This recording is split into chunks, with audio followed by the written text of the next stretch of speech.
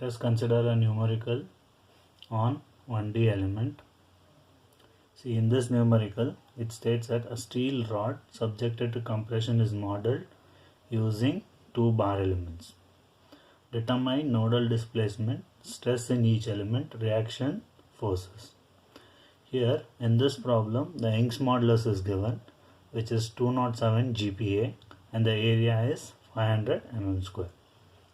If you observe this problem, they have told us to model it by using two bar elements. So first step would be to create a finite element model in which we will be dividing it into two elements. So if you observe this, I have created 1, 2, 3 nodes and 2 elements.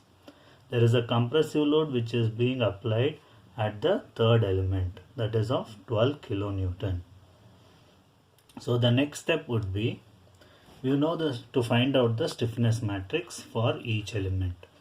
You know, the stiffness matrix of a bar element is given as K is equal to E A by L 1 minus 1 minus 1 1. Now in the previous step, if you had seen, they have given you the value of Young's modulus as well as area. So just substitute the value of Young's modulus, that is 207 GPa, which is 207 into 10 to the power of 3 Newton per mm square. So area is given as 500 divided by the length. If you observe, it is 0.5 meters, which is equal to 500 mm. So substituting that value, which will be 207 into 10 to the power of 3, 500 divided by 500, 1 minus 1 minus 1, 1. If you simplify this, you will be having 10 to the power of 5 outside. Then you are getting 2.07 minus 2.07. I am just multiplying whatever we are getting as the simplification of this factor, taking 10 to the power of 5 outside. So similarly, this is for element 1. Similarly, if I take for element 2, so the value of E remains the same, the length as well as the area is same for this case. So if I substitute that value, we will be getting 10 to the power of 5, 2.04 minus 2.07 minus 2.07, 2.07.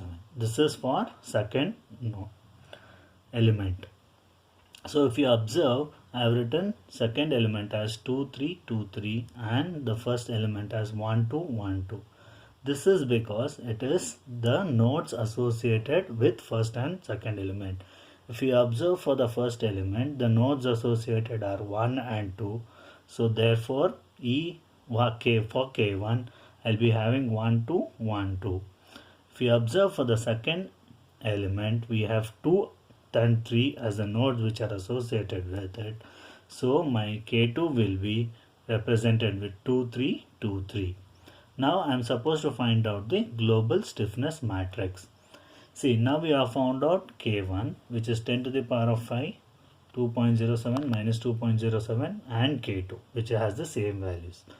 Now for me to find out the global stiffness, I am supposed to add K1 and K2.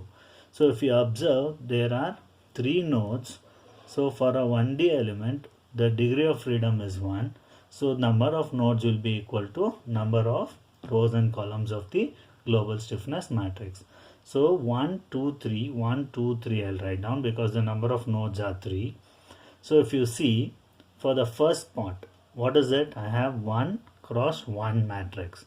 So if you see the corresponding K1 value, which is 1 cross 1, I am having 2.07. So what I'll do, I'll write down that 2.07. Then coming to the second one, what is it? 2 cross 1.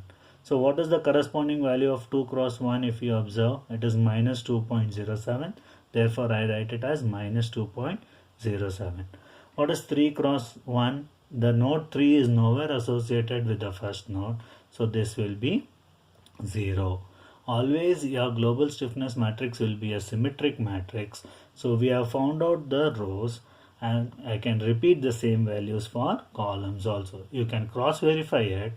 So if I want to find out the value of this, that is nothing but 1 cross 2. If you cross verify 1 cross 2, it is minus 2.07. So I've got this value of minus 2.07. Again, the node 1 is not associated with node 3, so it is 0. How will you find out this? That is nothing but 2 cross 2 matrix. If you observe 2 cross 2, what is the value that I am having? 2.07.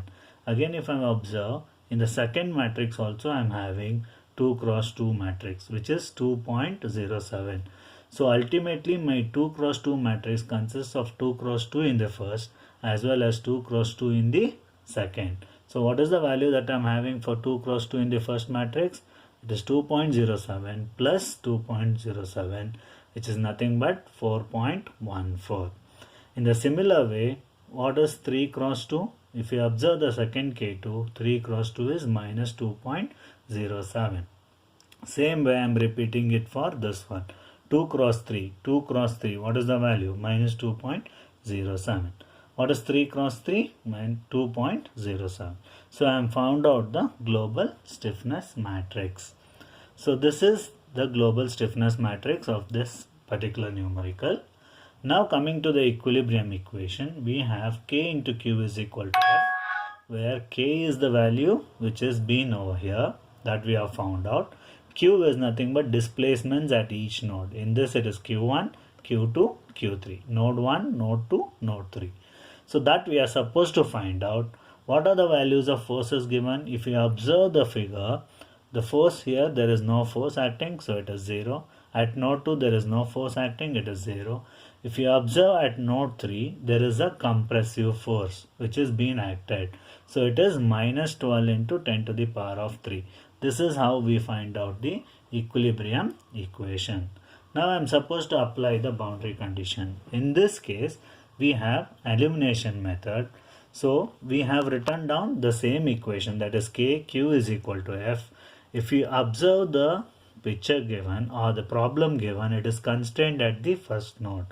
So the elimination boundary condition is nothing but whenever there is a fixed point, the corresponding rows and columns are eliminated. So if you observe, the first node is constrained at this problem. So the corresponding rows as well as columns are eliminated. Now I am remaining with two equations and two unknowns. Now the two equations will be 4.14 into 10 to the power of 5 Q2 plus, or in this case it is minus 2.07 into Q3 is equal to 0. And one more equation is minus 2.07 into 10 to the power of 5 Q2 plus 2.07 into 10 to the power of 5 Q3 is equal to minus 12 into 10 to the power of 3. This can be solved using calculator by using equations, two unknowns and two equations. So by solving this, you will be getting the value of displacement. Q1 is 0 because it has been eliminated. Q2, by solving this, you will be getting this value. Q3 is minus 0.11594 mm. This is about the displacements.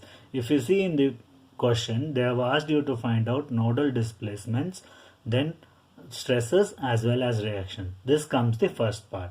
Then second part about the stress in each element. Stress is nothing but if you see the Hooke's law, it is stress by strain is equal to Young's modulus, whereas stress is equal to Young's modulus into strain. We have the strain matrix which is given by B into Q. So Young's modulus into B into Q. What is B? B is the nodal displacement, strain displacement matrix. Q is nodal displacements. So E value is already given to us, just substitute it. 1 by length, for the first one it is 500, Q1 is known, 0, and Q2 is known to us. By substituting this value, we can find out the value of sigma 1, which is minus 23.996 Newton per mm square. Similarly, we have to find out the stress for the second element. The length also remains the same. What is going to change in this particular finding out stresses? For the node 2 and 3, we have different displacements. If you observe the figure when we have modeled it, for node 2 and 3 we have Q2 and Q3 as the displacements. So here if you observe it, we will be having Q2 and Q3, which are the values which we have obtained, which is minus 0.05797 minus 0.11594. After simplifying this, we will be getting minus 23.996 Newton per mm square. This is about the stresses. Next one will be to find out the reaction forces. To find out the reaction forces, we have K into Q minus F is equal to 0. So R1, if I want to find out, I'll be using the first row and first row values. So it is K11 into Q1, K12 into Q2, K13 into Q3 minus the force, that is first force. If you observe the equation K11 Q1, K12 Q2, K13 Q3 minus F1, what is Q1? It is 0. So I can directly eliminate this. If you see K13 value, it is equal to 0. So I can eliminate Q3. F1 is automatically 0 because there is no load applied. Just substitute the value of K12, which is minus 2.07 into 10 to the power of 5 into Q2 minus 0.05797. You will be getting your R1 value. Same way do it for R2. You will be having 0. So the total reaction is nothing but 11.99 kilonewton, whereas what the force we have applied was 12 kilonewton. So it can be verified.